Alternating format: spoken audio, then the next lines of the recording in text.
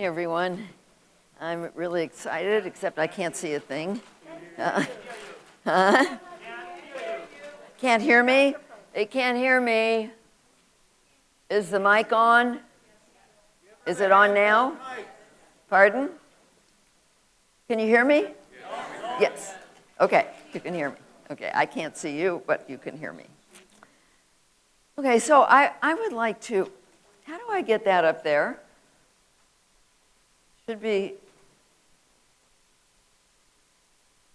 no. There we go, okay. So I just want to share with you a little bit about my own journey. I was a really sickly kid. I came from, like so many people, a dysfunctional family, narcissistic mom and narcissistic dad, an only child, and a lot to deal with. And by the time I was in my early 20s, I was just so tired of being sick. And that's when I started to read. I read Silent Spring by Rachel Carson. I read The Poisons in Your Foods. And that was it for me. I knew that they were right. And I threw everything out and shopped at the one little tiny health food store in Los Angeles at that time. So that was 58 years ago. As I said last night, I'm 80 years old now, and I've been doing this.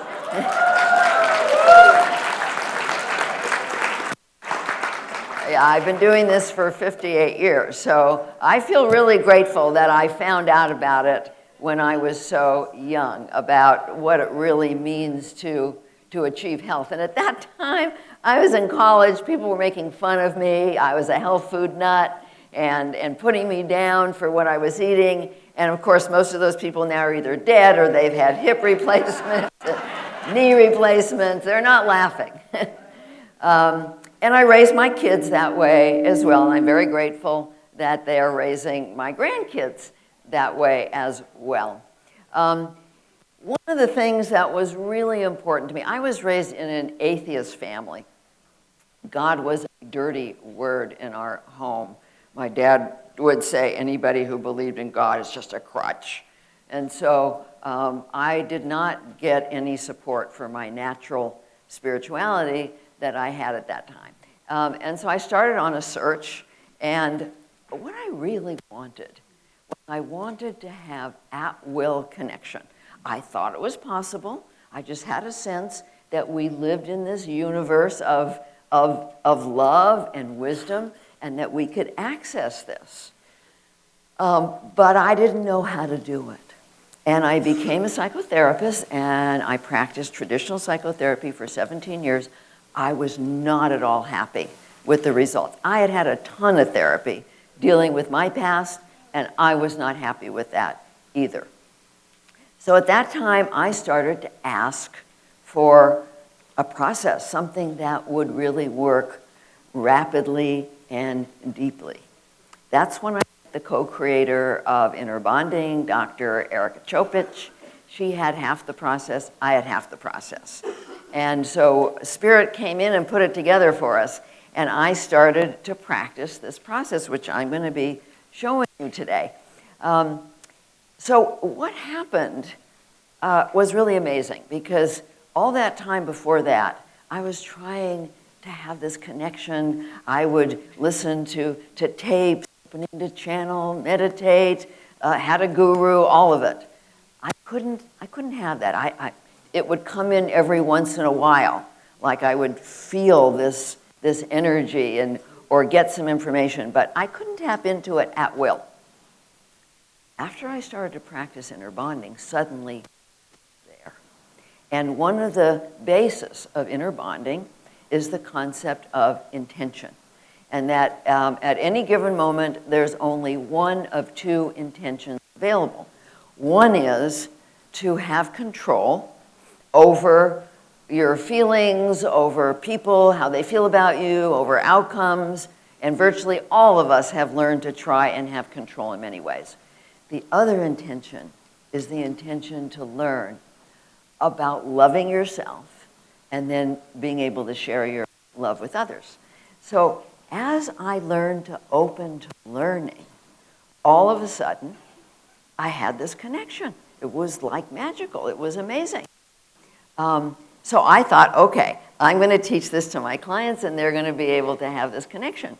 But it didn't work that way. It took me a long time to really connect the dots here. And I finally realized that it's about frequency. And frequency is the rate at which you vibrate.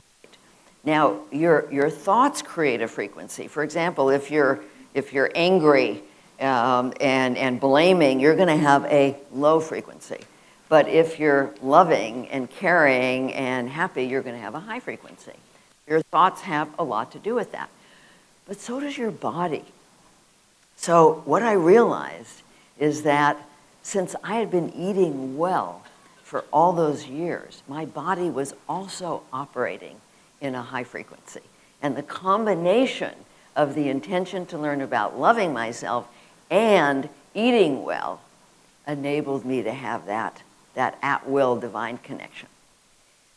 So then I started to realize that I needed to work with people not only on the emotional level and spiritual level, but on the physical level. Because if they were putting junk in their bodies, the energy of their body was too low to access that divine love, that divine wisdom, which is here for all of us. We're born with the capacity to tap into that. We were not dropped here alone. We don't have to figure everything out for ourselves. We get to tap into that higher wisdom. And we all have the capacity to do that at will. So this is what this book is about. The first half is about the physical, and the second half is about inner bonding, which I'm going to be sharing with you. So I want to talk about anxiety and depression because it's a really big issue, as Chris was talking about. So many of the herbs help with that, certainly how you eat. We got plenty of people here talking about what affects your gut, which certainly affects the brain and can create anxiety and depression when you're eating junk. So I have found 3 causes of anxiety and depression. One is unhealed childhood abuse. The other is the physical, what I call physical self-abandonment, eating junk. And the third is the emotional self-abandonment. And that's what I'm going to be talking about because we got plenty of people here talking about the physical. So the physical, as I said, the junk food and all that, it lowers the frequency of your body. It stops you from connecting. It disrupts your gut. It creates toxicity, goes into your brain, and there's no way that it enhances how you feel, your mood, and your ability to divinely connect. So let's talk about emotional self-abandonment. There are 4 major ways that people have learned, that virtually all of us learn to abandon ourselves on the emotional level. Almost everybody I work with has learned to harshly judge themselves. Think about that for a moment. Think about yourself. So many people tell themselves things they would never tell a child or they would never tell a friend. Things like, I'm not good enough. I can't make a mistake, or it means that I'm going to end up on the streets. It means I'm not good enough. It means I'm not worthy. I better be perfect because people have to like me. And if people don't like me, it means I'm not good enough. Most of us have learned to make other people the authority. Other people have to approve of us for us to be okay, because most of us have not learned to give that to ourselves, because that comes again from that spiritual connection. We can't see ourselves clearly until we can see ourselves through the eyes of love. Most of us had parents who really couldn't see who we are inside on the intrinsic level. Our worth is not in how we look, and it's not in how we perform. Our worth is in who we are. It's in our kindness, our caring, our compassion, our integrity, our generosity, our honesty, our loyalty. These are intrinsic qualities. But most of us were not mirrored. How many of you had parents who when you did something kind or creative, they were to say things like, oh, I just love your creativity, or your kindness is so amazing. See, that's mirroring. And good parents mirror that to their children so they know who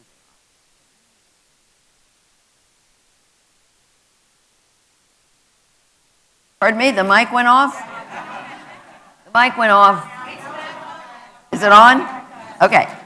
So thank you. So, okay. Where did it go off?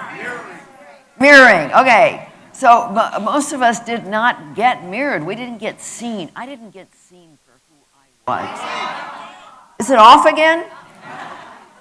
What's going on with the mic? Is it on? It's on now. Okay. So I certainly did not get mirrored. I didn't get seen. My parents had no capacity. Oh, we got, okay, you know what? How's this? Is that working? Okay, we're going to do this. So, what happens with so many parents is that they project onto their children who they think they are. And so if they don't think they're good enough, then they look at their children and they don't think their children are good enough. Their children have to look better, get better grades, perform better, don't make mistakes, on and on and on. And so it's very rare that I work with anybody who knows who they are on the inner level. And this is a major aspect of healing, is to know who we really are, because everybody has an amazing soul, a spark of the divine within them. And when you really know that, when you can see that and feel that, you wouldn't say to yourself, you're not good enough, you're not worthy, you're not lovable, you got to perform better, you got to do more. You wouldn't be saying that to yourself, nor to your kids, because when you can see your own soul's essence, then you can see that of others and of your kids. And this is one of the reasons why it's so important to do this work before you have kids or while you have kids. I wish I knew it before I had kids. Inner bonding came into my life when my kids were adolescents. It wasn't totally too late, but I certainly wish I had known it when they were young, because I did not role model loving myself. And I work with a lot of people who they'll come in and they'll say, I don't understand why I'm so unhappy. My parents were really great. They really loved me. They were really there for me. And then I say to them, how did your parents treat themselves? Well, my father overworked, and then he came home and he drank beer and sat in front of the TV, and my mother was a doormat, and she was a caretaker, and she gave herself up, and she didn't follow her passion. And so obviously the role modeling was self-abandonment. And that's where many of us learn it. So self-judgment is a major way. And then staying up in our mind. Many of us had a lot of trauma in our lives. And when we're young, we cannot handle big feelings like loneliness and grief and heartbreak and helplessness over other people. We just can't handle these feelings. We don't know how.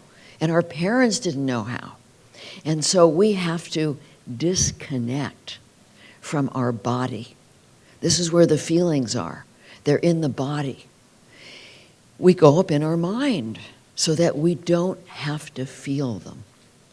And unfortunately, that ego, what we call the ego-wounded self, takes over. This is the part of us that is filled with fear and false beliefs. It's in the lower part of the brain called the amygdala.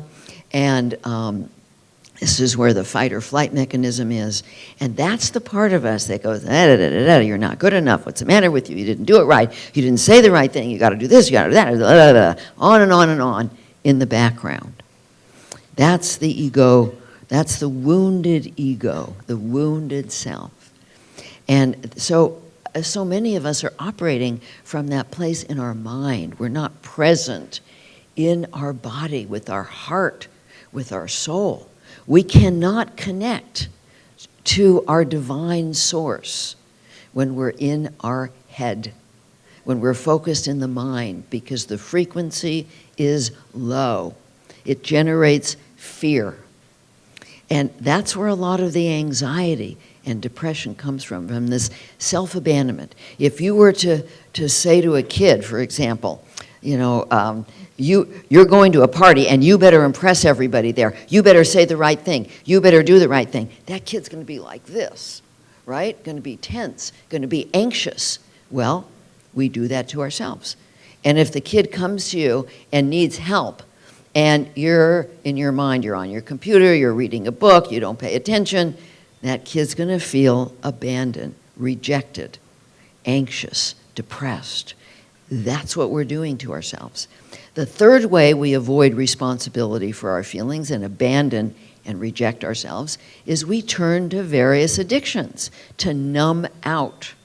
Whether it's substances, whether it's activities, there's so many. There's food, alcohol, drugs, nicotine. There's TV. There's sports. There's gambling. There's sex. There's pornography. There's work. Anything that we use, even meditation, anything that we use to avoid feeling our feelings becomes an addiction, a way of abandoning ourselves. And so, let's say you're feeling upset about something, and you just surf the channels. Well, that's again like a child comes to you upset, and instead of attending to the child, you're watching TV, surfing the channels. That child's going to feel abandoned by you and might get anxious or depressed. Now, the fourth way is that we make other people responsible for our feelings. We blame them. It's like, again, let's say you have a child, and instead of wanting to love that child, you're looking for somebody else to give the child to. Now, even if somebody else, like I said last night, even if somebody else loves that child's going to feel rejected by you, abandoned by you. So even if somebody else actually loves you, as long as you're making that person responsible for your happiness and well-being and sense of worth and safety, that inner child, which is your feeling self, your soul, your essence, is going to feel abandoned and rejected by you. That's going to create anxiety and depression. So this is one of the major causes. And then, if people take a medication, they are further numbing out their feelings. Now, like Chris says, the medication has horrible side effects. And so not only does it have horrible side effects, but it's another way of abandoning yourself. Instead of learning how to attend to your feelings and learn from them and take care of them, it's another form of self-abandonment. Now, stress, as many of you know, is a major cause of illness. And physical and emotional self-abandonment causes so much stress in the body. When you learn to ignore your feelings, when you stay up in your head, when you judge yourself, when you let that ego mind take over, you are causing a lot of stress. And as many of you know, most of the doctors say that 90% of the patients that come in ill, they're stressed. They're very stressed. You look around at our society. Look at how upset and stressed people are. So this lowers our frequency. This makes it very, very hard for us to access this divine guidance that is here for us. So the challenge is to move out of that wounded self, out of that ego, and down into our heart and soul. But how do we do that? So that's what I'm going to be teaching you today. So, thank you. So inner bonding is a very, very powerful 6-step process. This is what came through from Spirit 35 years ago. I have been practicing it. And, many of you have said, how do you look the way you look at 80? And I always say there's three pillars. One is how you take care of yourself emotionally, and this is where inner bonding comes in. The second is what you put in your body, and the third is exercise.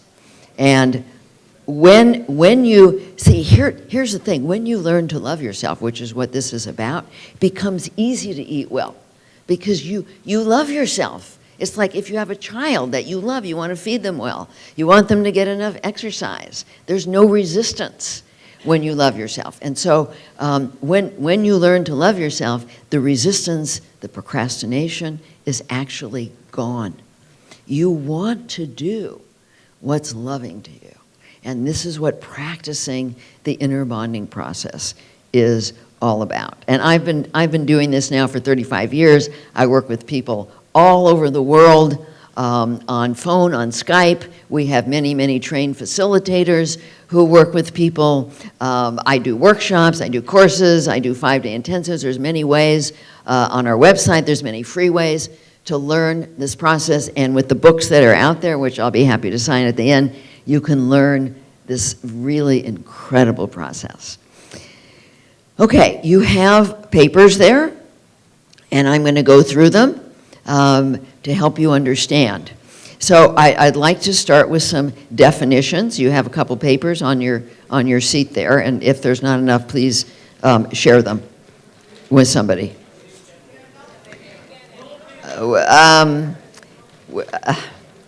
See if you can share them, because I think they printed up 150 and there's not enough. Just see if you can. But anyway, you can use this as well.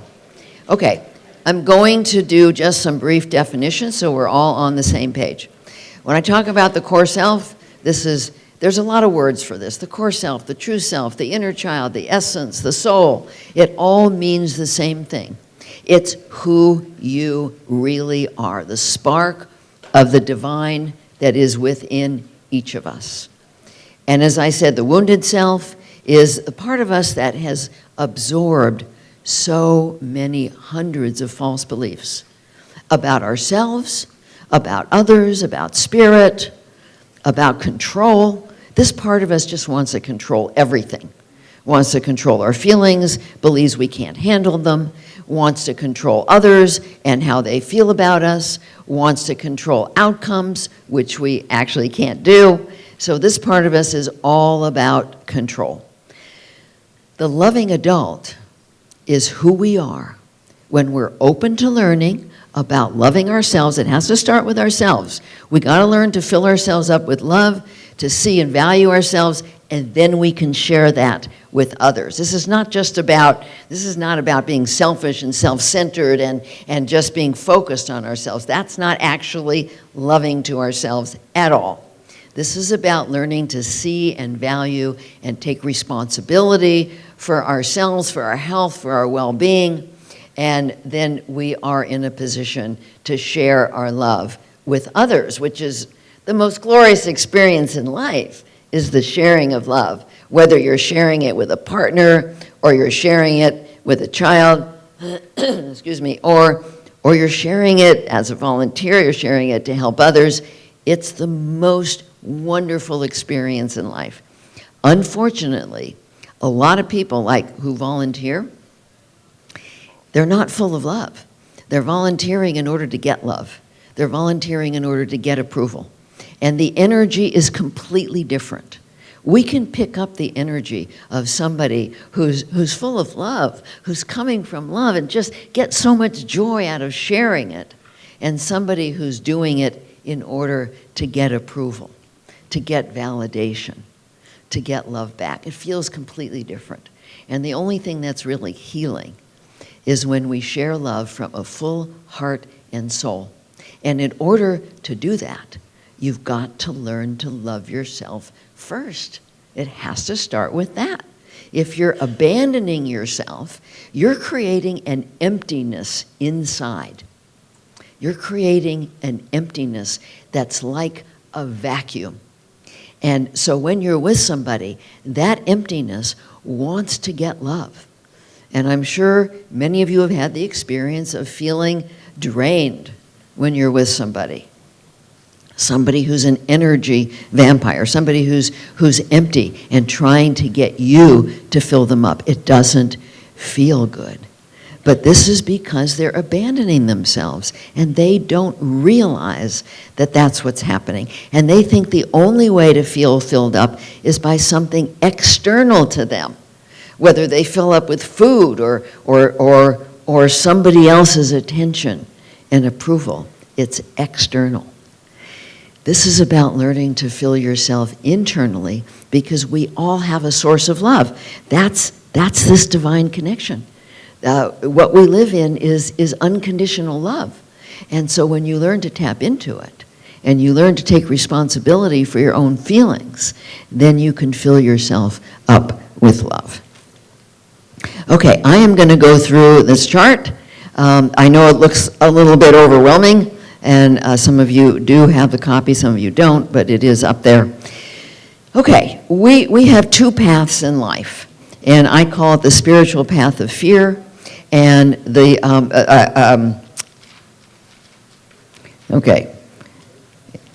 the earthly path of fear. There is a mistake on this. I am so sorry. The earthly path of fear and the spiritual path of love and courage. I got to tell my guy to fix that. Okay, so when we're on the earthly path of fear, we just want to control. We make other people responsible. Our intention, it's all about intention. And we are in charge of our intention. We get to choose our intention. We have free will. And intention is the essence of free will. So this is not imposed on us. We get to choose it. But the default setting is the intention to control, because this is what we all learned. We had to. It was part of our survival. We don't want to judge this wounded part of ourselves. We want to have compassion and caring for the wounded part of ourselves that learned to judge, this ego, that learned to judge and control and abandon, because that was our survival. We might not have survived if we hadn't learned to do that. But now it's time to heal that part. And that part does not get healed by judging it. It gets healed with love. Love is what heals. And so the spiritual part means that you open to love, even in the face of fear. We have that choice. We do not have to turn to controlling behavior in the face of fear. We can learn to turn to what's loving in the face of fear. And as you can see under the first part, the black lines there, when we choose the intention to control, the heart closes down, just automatically. As soon as you want to control, your heart closes down. In fact, all the chakras just close down. You're closed up. When your intention is to learn about love, your heart opens, your being opens. And that's when you can learn. That's when you can connect. So look at the left side of the chart. These are the things that we turn to when we want to control. We turn to so many addictions, so many different controlling behaviors, so many ways of trying to get love and avoid pain. And then the other side of the chart are the 6 steps of inner bonding. And I'm going to go through these and help you understand what it means to take responsibility for yourself. And I'll be doing that in a moment. So you can see on the lower part, when you abandon yourself, your fear increases, and then you suffer from all the things that people suffer from. And there's no way out of that suffering when you're abandoning and rejecting yourself. But when you learn to love yourself, that's when life changes completely. Okay, so let's look at this a little more closely. Again, I'm sorry, it says the spiritual path of fear, but it should say the earthly path of fear. You can see that you have choice to try and control or to love in the face of fear, that the purpose of the ego is to get love and avoid pain, and the purpose of the loving adult is to give love to yourself and to others.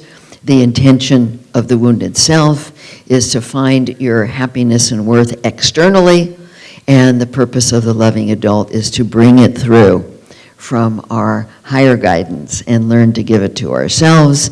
The desire is to protect against pain and avoid responsibility for it.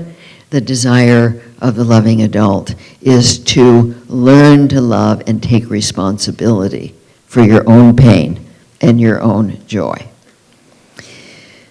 So you can see, hopefully those of you that don't have a chart, and it is kind of dark, you probably can't see them, but you turn to all of these addictive behaviors, to anger and blaming and interrogating and scapegoating other people, making them responsible, criticizing, just on and on. So many different ways of manipulating others. That's what the wounded self does. It wants to manipulate and control others into giving you what you're not giving yourself. Now, please be very gentle with yourself about this. No judgment, because we all do this. We have all learned to do this. We grew up learning to do this. It was role modeled for us. So we don't want to judge ourselves for this at all. We want to be very kind and compassionate about this wounded part of ourselves that wants to manipulate and control others. If you judge yourself for doing it, you're stuck. There's no way to understand it. There's no way to heal it when you judge yourself for it. We get addicted to people. We get addicted to activities, to things. We get addicted to substances. So let me go through the steps of inner bonding. Step one, and I went through this very briefly last night. Step one is that you learn to get present. And let's just do this right now for a moment. I want you to take some deep breaths. Take some deep breaths and put your mind on your breath. This is a mindfulness practice. And as you breathe, let your breath take you from mind focus into body focus. Putting your mind on your breath, breathing in, and letting your breath breathe down into your body and get inside your body. And as you're breathing, scan your body. Notice any physical sensations, because emotions often show up physically, like if you feel any tension somewhere. There's an emotion attached, often anxiety, some other emotion. So just scan your body. Notice what you feel, if there's any fluttering, any emptiness, any tension anywhere, butterflies, feeling of aloneness inside. Just notice. Or maybe there's a positive feeling. Maybe you're excited. Maybe you feel full. See, those feelings, the positive feelings, are letting you know that you're taking loving care of yourself in that moment. But anything other than peace and fullness inside, those feelings are letting you know that you're abandoning yourself in some way. Now, we need to know this. This is why it's so important to be in the body, because the body lets us know immediately whether we're loving ourselves or whether we're abandoning ourselves. When I first started to practice inner bonding, I was in my head. I grew up to be a caretaker. I grew up to be tuned into everybody else's feelings, but not mine. My feelings didn't count. I had to take care of everybody else, but not me. How many of you grew up as caretakers?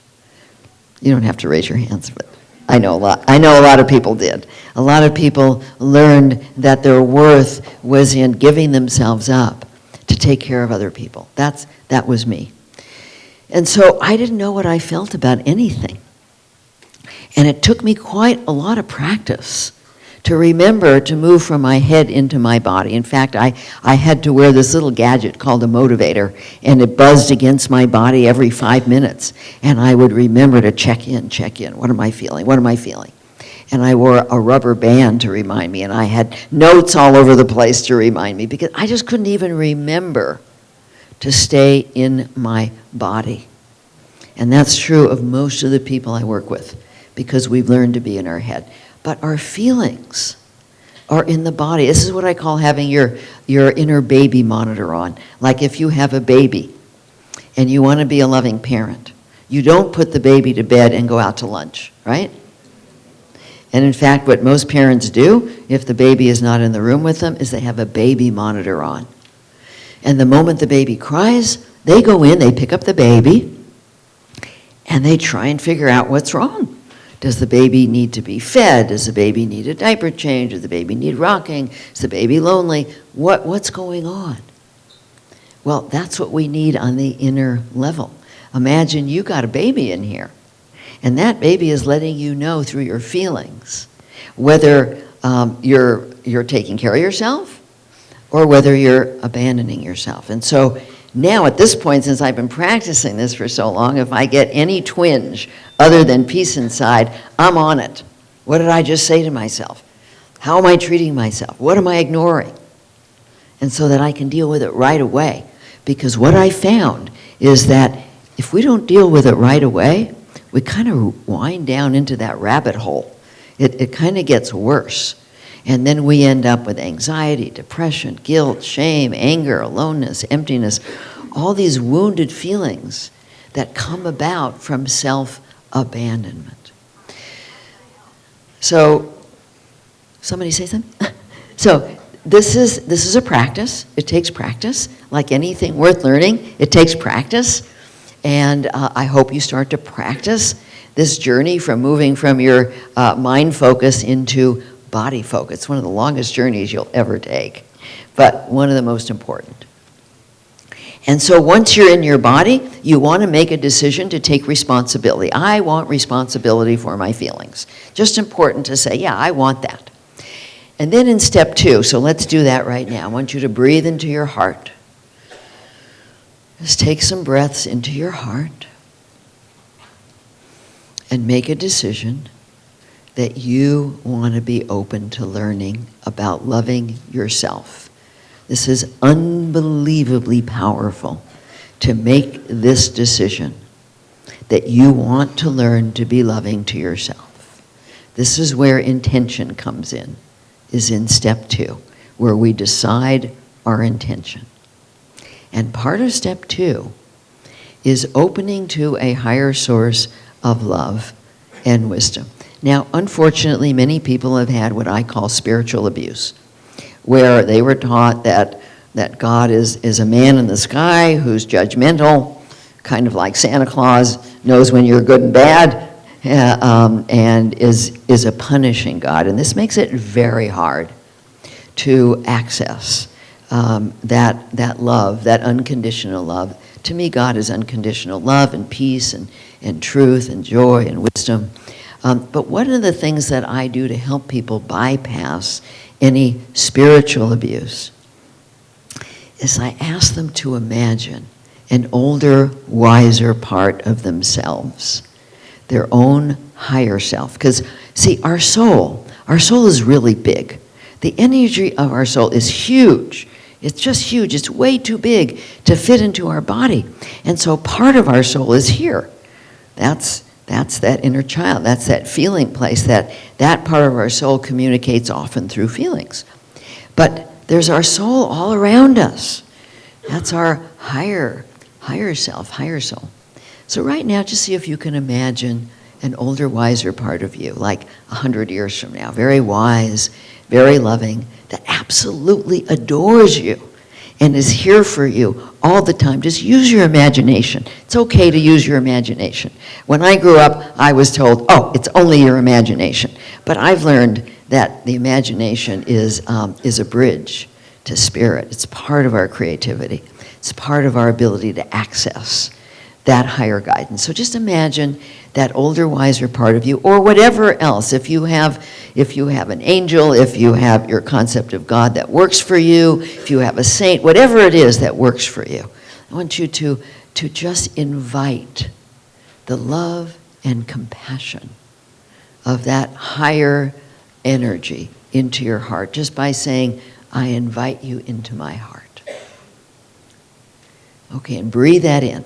So that's what creates what we call the loving adult. The loving adult is who we are when we're open to learning about loving ourselves and when we're connected with our higher source of love.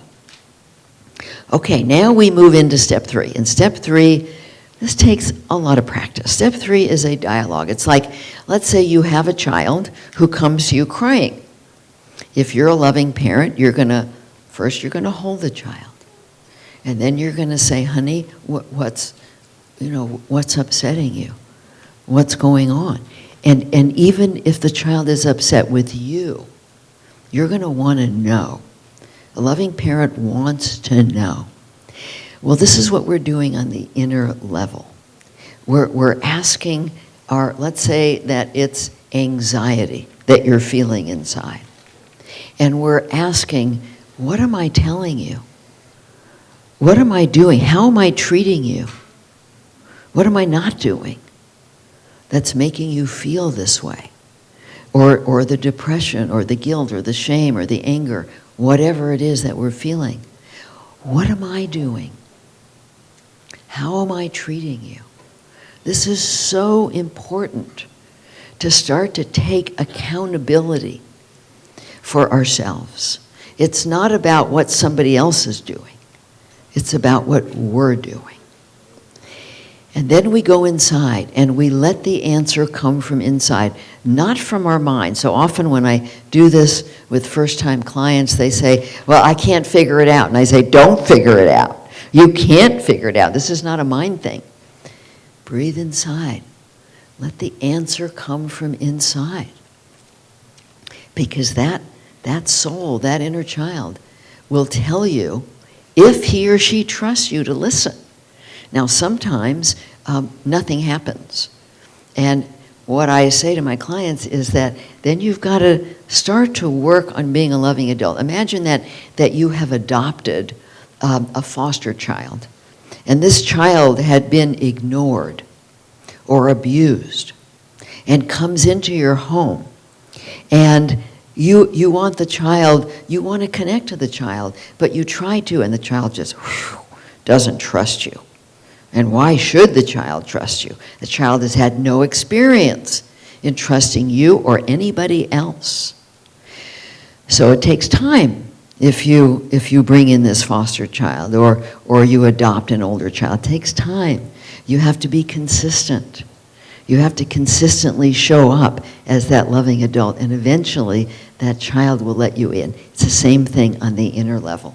So if you don't get anything there, you want to be practicing taking care of yourself anyway as best you can until that inner part of you is willing to let you in on what he or she wants to say to you. So let's say that inner child says to you, yeah, I'm anxious because you're putting a lot of pressure on me. You're telling me that I got to do everything right. Or you're telling me that, I don't look right, I don't act right, I don't do anything right, I got to be perfect, I got to perform, I better not make a mistake. Well, of course I'm anxious when you're telling me these things. So if these are the kinds of things you find out that you're telling yourself, then you go a little deeper to that ego-wounded part of you. And that part can be many different ages. It can be 2, it can be 5, it can be 10, it can be an adolescent, depending upon when you absorbed a false belief. Because we absorb these the whole time we're growing up, or when you had some trauma in your life and you absorb beliefs from that. So we want to go a little deeper. We want to say to that wounded part, there must be a good reason that you're putting this pressure on us. What do you hope to gain by judging and pressuring ourselves and telling ourselves we have to do everything right and that we have to be perfect? What's the hope? And that wounded part might say, well, that's the only way that I can have control over getting the love I need, over getting the acceptance I need. Because if I don't get approval, I'm not okay. The only way I know I'm okay is if I get approval. And the only way to get approval is to do everything right and be perfect. See, so this is, and the reason I'm using this as an example is this is one of the most common things that I work with people, is that they put all this pressure on themselves to do everything right because their whole sense of self is tied up in getting approval. Imagine the stress that that's creating in your body.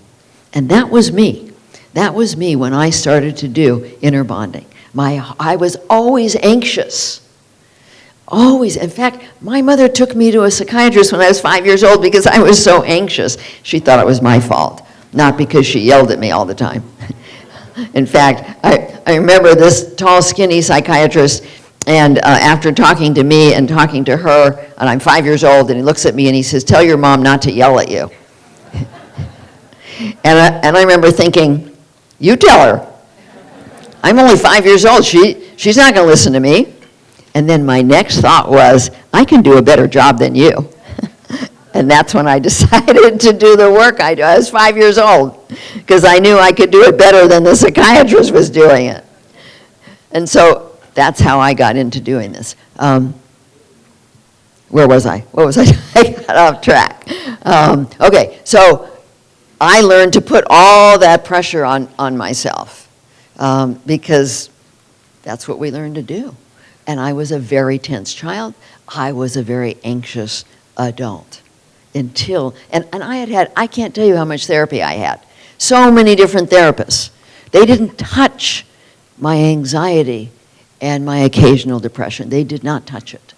It wasn't until inner bonding that I realized what I was doing, how I was treating myself, what I was telling myself, the pressure I was putting myself under to get approval from other people. Wasn't until then that I understood that. Imagine the anxiety that we put on ourselves when we try to perform all the time in order to get approval. My life changed so much when I stopped doing that. As I learned to love myself, see myself, approve of myself, validate myself, really value who I am inside, I stopped even thinking about what other people thought. And the stress went away. And that's a very big part of longevity. That's a very big part of my health today, is that I don't even think about what other people are thinking of me.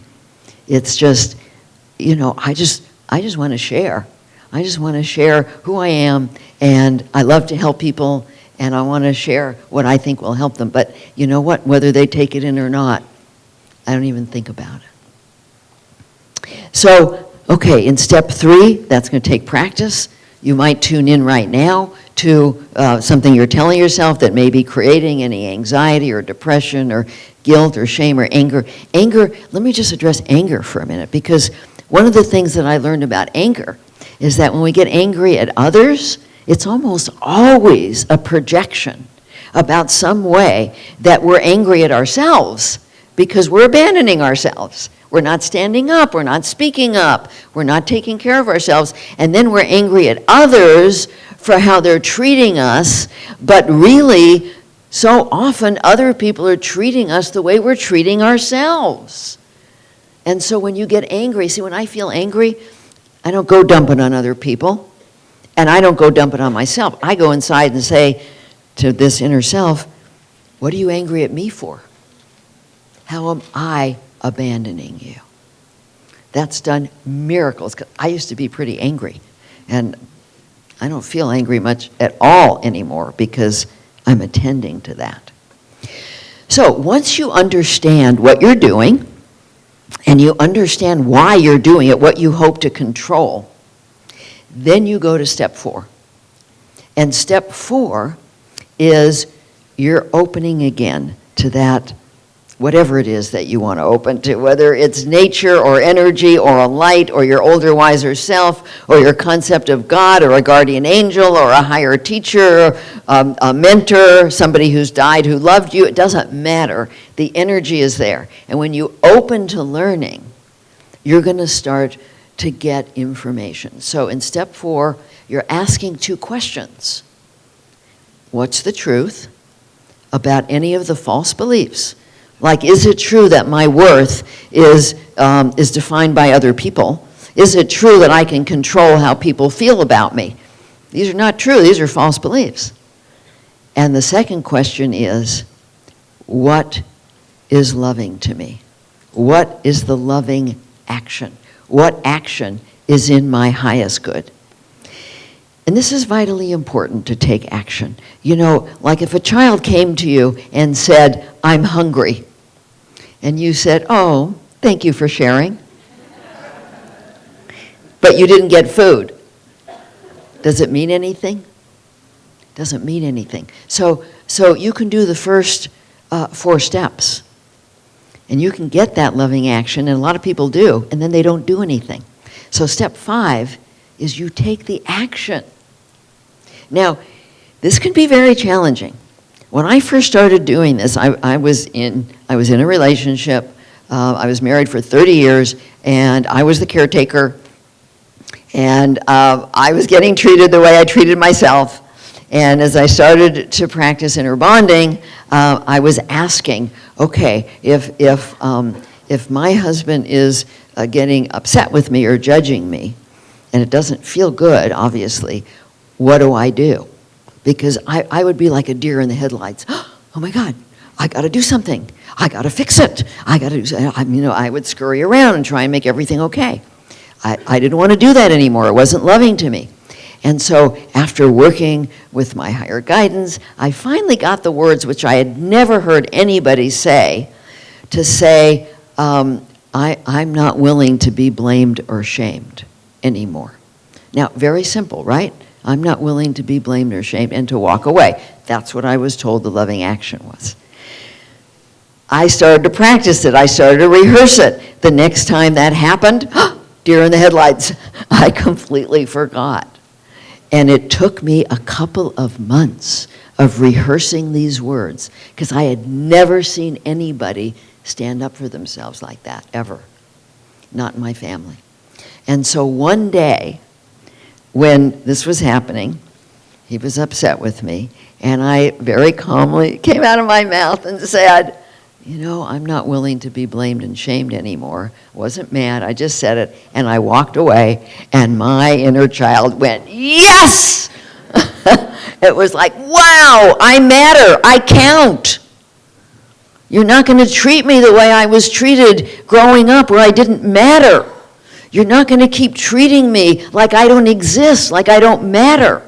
It was so powerful. That one thing was so powerful, because this inner child, this soul, suddenly began to matter, to exist, because I was invisible before that. Because I was invisible to me, because my feelings were invisible to me, I was invisible to everybody. It was easy to scapegoat me. It's easy to scapegoat you when you're invisible to yourself. And so this was a turning point. And of course, it took a lot more practice in a lot of different situations for me to learn to really take loving care of myself. It's a process.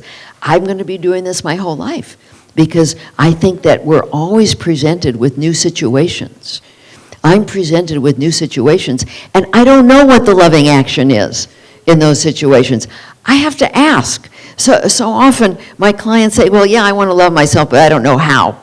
Well, of course you don't know how. Where would you learn how? But you can ask, what is loving to me? You know, parents do this automatically. They don't realize it. They have a baby. They want to be a good parent. They don't know what the baby needs, and they say, I wonder what my baby needs. They're really wanting to know. And information comes through because they want to know. They don't realize that they're accessing higher information. But they are, because they're open to learning. They want to know. They want to love their baby. It's the same thing on the inner level. Got to start loving that baby in us. And when we really ask, what's loving? What's in my highest good? You're going to get that information.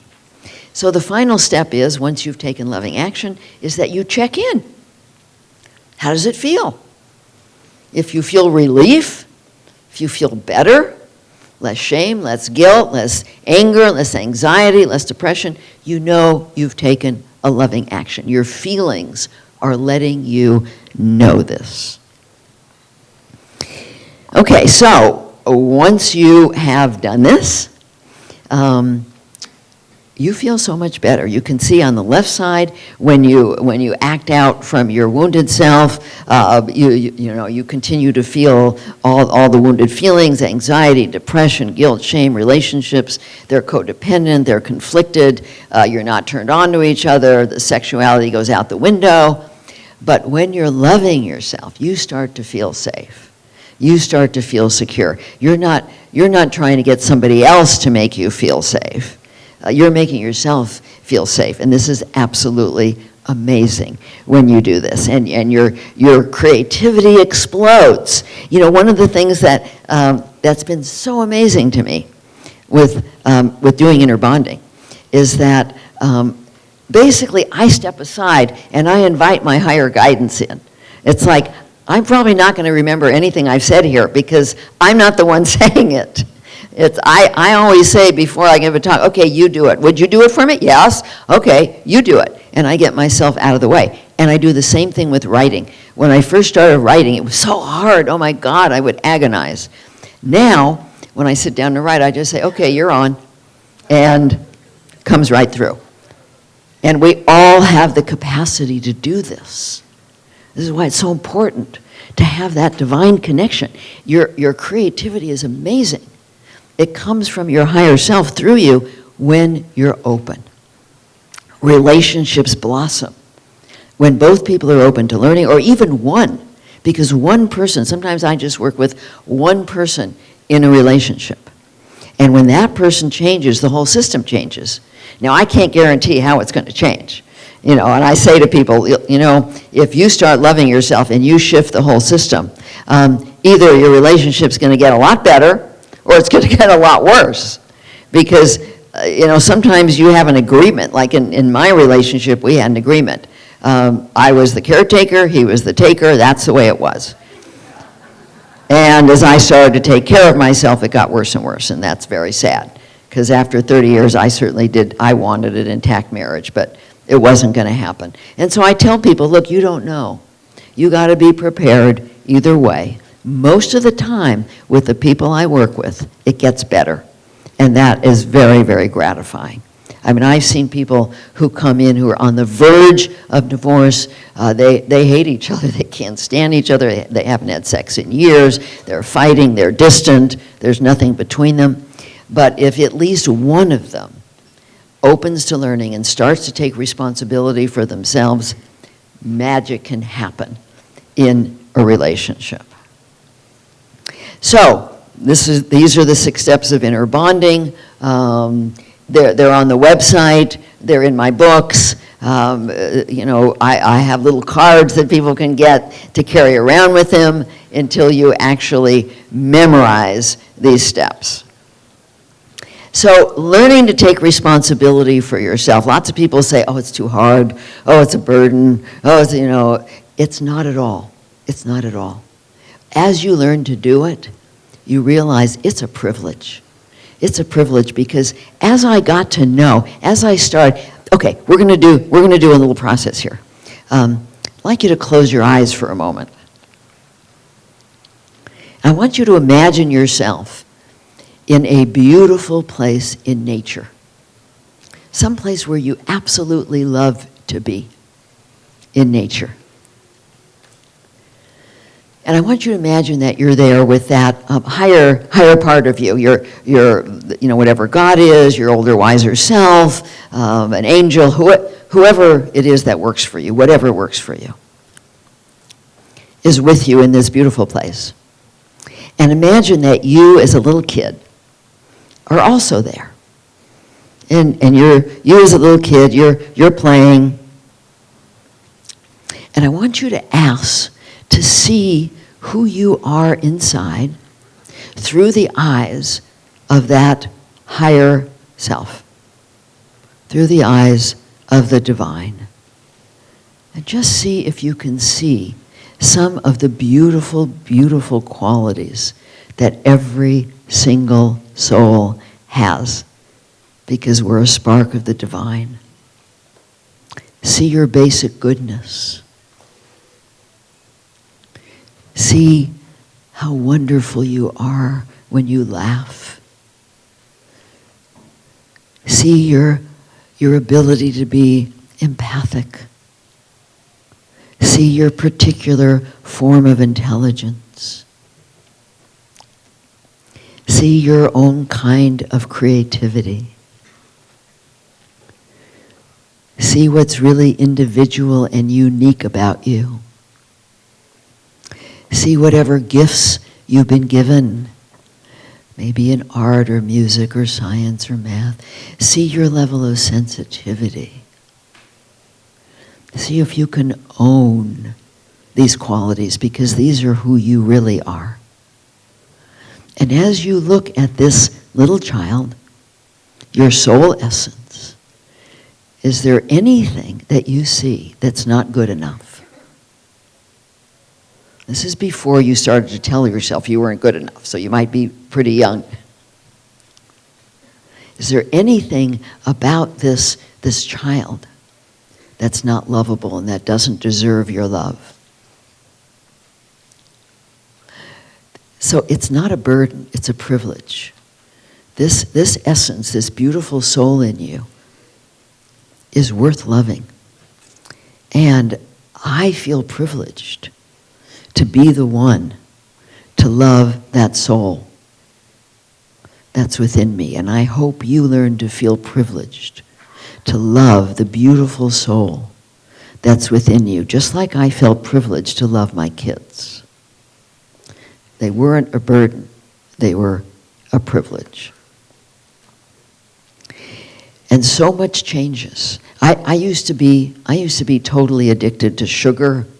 Even when I started eating well, it was really hard for me.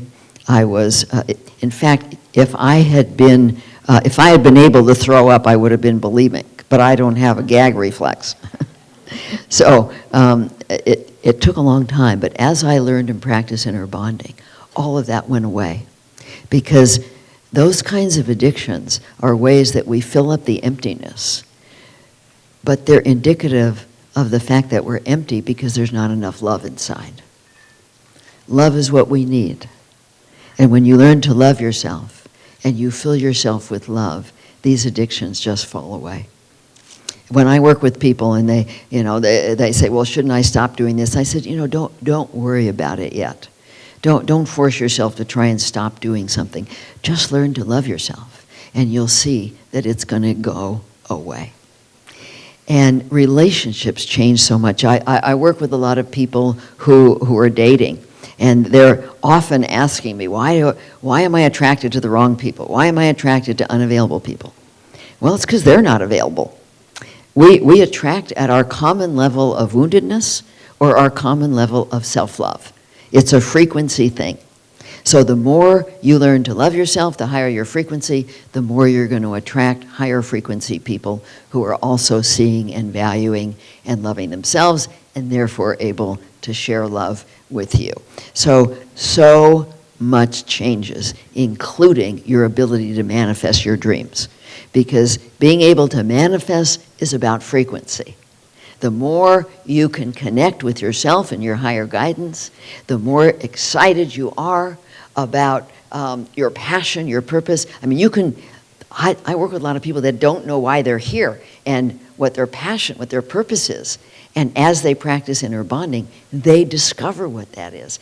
They get all excited, and then they're able to manifest their dream. So much changes, including your health and well-being. My health just skyrocketed once I started to practice inner bonding. I got healthier after I started eating well, but once I started to practice inner bonding, that's when it really skyrocketed. Now, one other thing that I want to point out here, we're running out of time. I want to take time for a few questions. But self-abandonment is not only the hidden cause of anxiety and depression and relationship problems and addiction and illness, but it is an underlying hidden cause of the greedy, self-serving actions that are causing our climate catastrophe. Just think about this for a minute. Think about what greed is. Think about where greed comes from. Greed comes from self-abandonment. People want more and more. They want to fill up more money, more things, in order to fill up the emptiness that's coming from self-abandonment. Now, certainly we can all do a lot of things to help what's going on our planet right now. But basically, how we treat the planet is how we treat ourselves, and how we treat ourselves is how we treat the planet. If we disrespect our inner terrain, our feelings, our gut, we're going to, in many ways, disrespect the planet. And my hope, of course, is that more and more people learn how to love themselves, learn how to take responsibility for themselves, care about themselves, so that they can truly care about our beautiful planet and do something about what's happening here. We just don't care about the effect of our behavior on others and on the planet until we truly care about ourselves. Okay, so for more information, you can go to innerbonding.com. We have a very big website. As I said, I work with people on phone and Skype. I have many trained facilitators who do that, many, many programs to help you learn, and many, many books to help you learn the inner bonding process. We also have a facilitator training program. If any of you are interested in learning to be inner bonding facilitators, we've got a fantastic program. You don't have to be a therapist. You don't have to, have gone to college for that. What you do have to have is the ability to care, to be empathic, to be compassionate, to truly want to help people, and to have built inner bonding into your own life. Those are the criteria. We have on the site, you can click to see what the prerequisites are for being an inner bonding facilitator. Okay, I would like to take some questions, and the way that we're going to do this is, hey, thank you.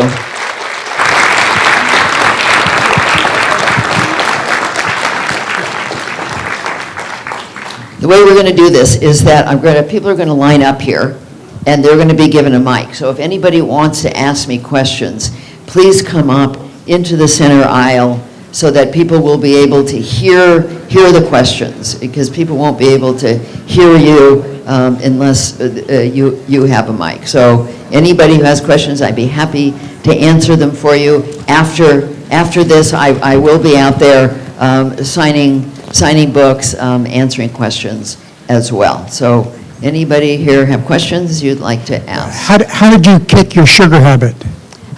Say that again? How did you kick your sugar habit? Okay, so yeah, that's a really good question. How did I kick my sugar habit? When I started to eat well, I knew that eating sugar was really, really bad for me. But when your gut is out of balance, here's the thing about the gut. Not only is sugar, not only are you emotionally addicted to sugar, but the bad bacteria in your body are physically addicted, because the bad bacteria, the opportunistic gut bacteria, feed off sugar and anything that turns into sugar. So anything like white stuff, processed stuff, turns into sugar in the body. Well, that creates actually a physical addiction in the body. So, people use sugar emotionally to numb out, and also because the body itself says, I need sugar, I need sugar. So as I started to eat well, I obviously was healing my gut. I didn't know about that at the time, but I was, because I was eating all organic and fermented foods and things like that. So my gut was getting better, but emotionally, I was still addicted. Once I started to practice inner bonding, which, as I said, 35 years ago, I started to practice. It was amazing what happened, because I stopped wanting to avoid my feelings. I stopped wanting to numb them out. And when I stopped wanting to do that, when I felt full inside, the sugar addiction went away. Let me say one other thing that I forgot to say before I answer another question. One of the things that we all learned to avoid is what I call the core painful feelings of life. This is the loneliness, the heartbreak, the helplessness over others, the grief over loss. These are the heartbreak. These are very painful feelings. These are feelings of life. We don't cause these feelings. We cause the anxiety, depression, guilt, shame with the self-abandonment. But we don't cause these feelings of life. Life causes them. People, events cause these feelings. And many of us had these feelings as we were growing up. We couldn't handle them. I'd like you to, I'm going to put you through a very brief process right now before I answer another question. I'd like you to put your hands on your heart. Hands on the heart stimulates oxytocin, which is the feel-good hormone. So as soon as you put your, excuse me, as soon as you put your hands in your heart, you're going to feel a little bit better. I want you to see if you can tune into one of those feelings, whether it's loneliness or helplessness over somebody or heartbreak over something or grief over something. Just see if you can take a minute to tune into that and breathe into it. Move towards it. Move towards the feeling, not away from it, which is what we all learn to do. And just see if you can bring compassion to it.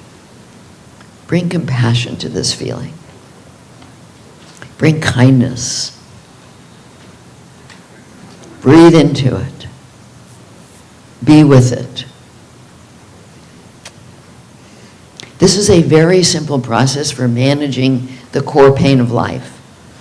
Now, we don't have time to allow the whole process to go, but if you were to do this with any of these core feelings for a period of time, 5 minutes, 10 minutes, maybe even a half an hour, you're going to find that the feeling is ready to release.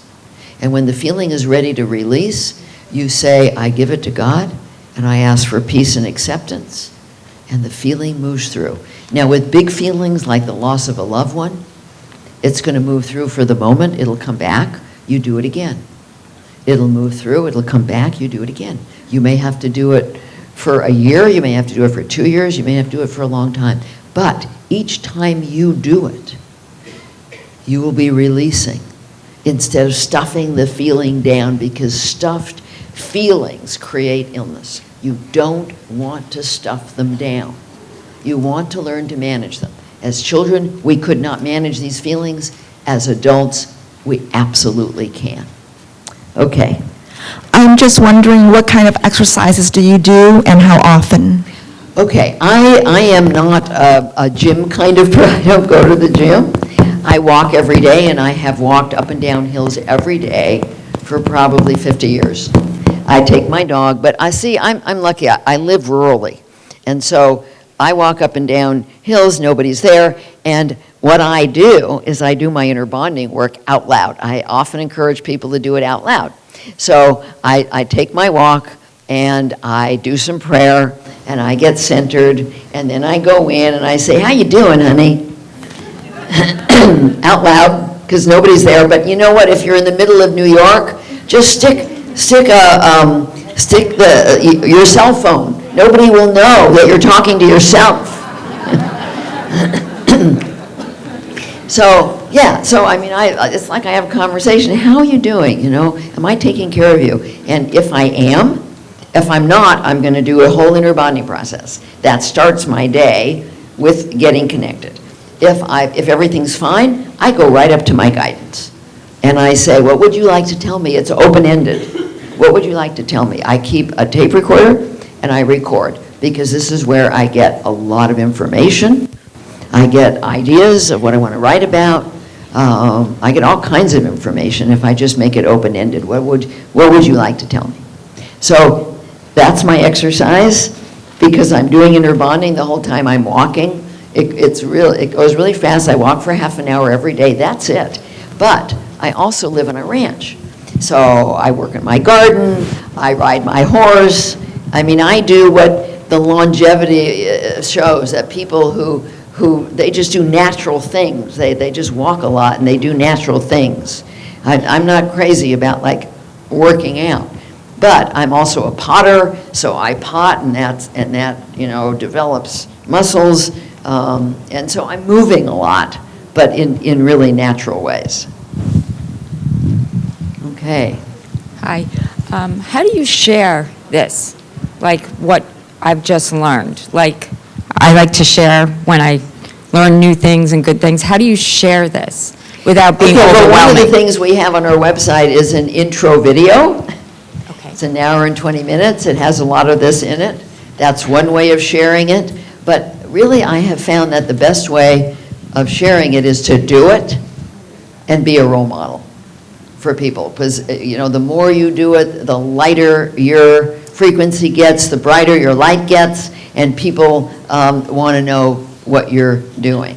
So, but we do have, we have books, we have videos, we have a lot of stuff on our website that will help people share. On the website, we also have a free 7-day course. So if you go on the website, you can get the free 7-day course, which goes into pretty good depth about inner bonding. Okay. Hi, can you give an example of what it would look like to work with someone who has the false beliefs or cognitive distortions? That has what, honey? False beliefs or cognitive distortions, like then they don't even know it or see it? How might you work with someone like that? I work with people in the same way. I just help them do the process. And by doing the process, they're going to start to get an understanding of what's really happening within themselves. The thing about the inner bonding process is it rewires the brain. The more you practice the process, the more your brain gets rewired, the more you move from back here up to here. This is what we want to develop in the brain, is our higher functioning. This is where the loving adult is. And so the more people practice the process as best they can, the more they're rewiring their brain. And of course, that's changing everything. I'm not sure if that answered your question. Pardon? I got what you said. Okay, good.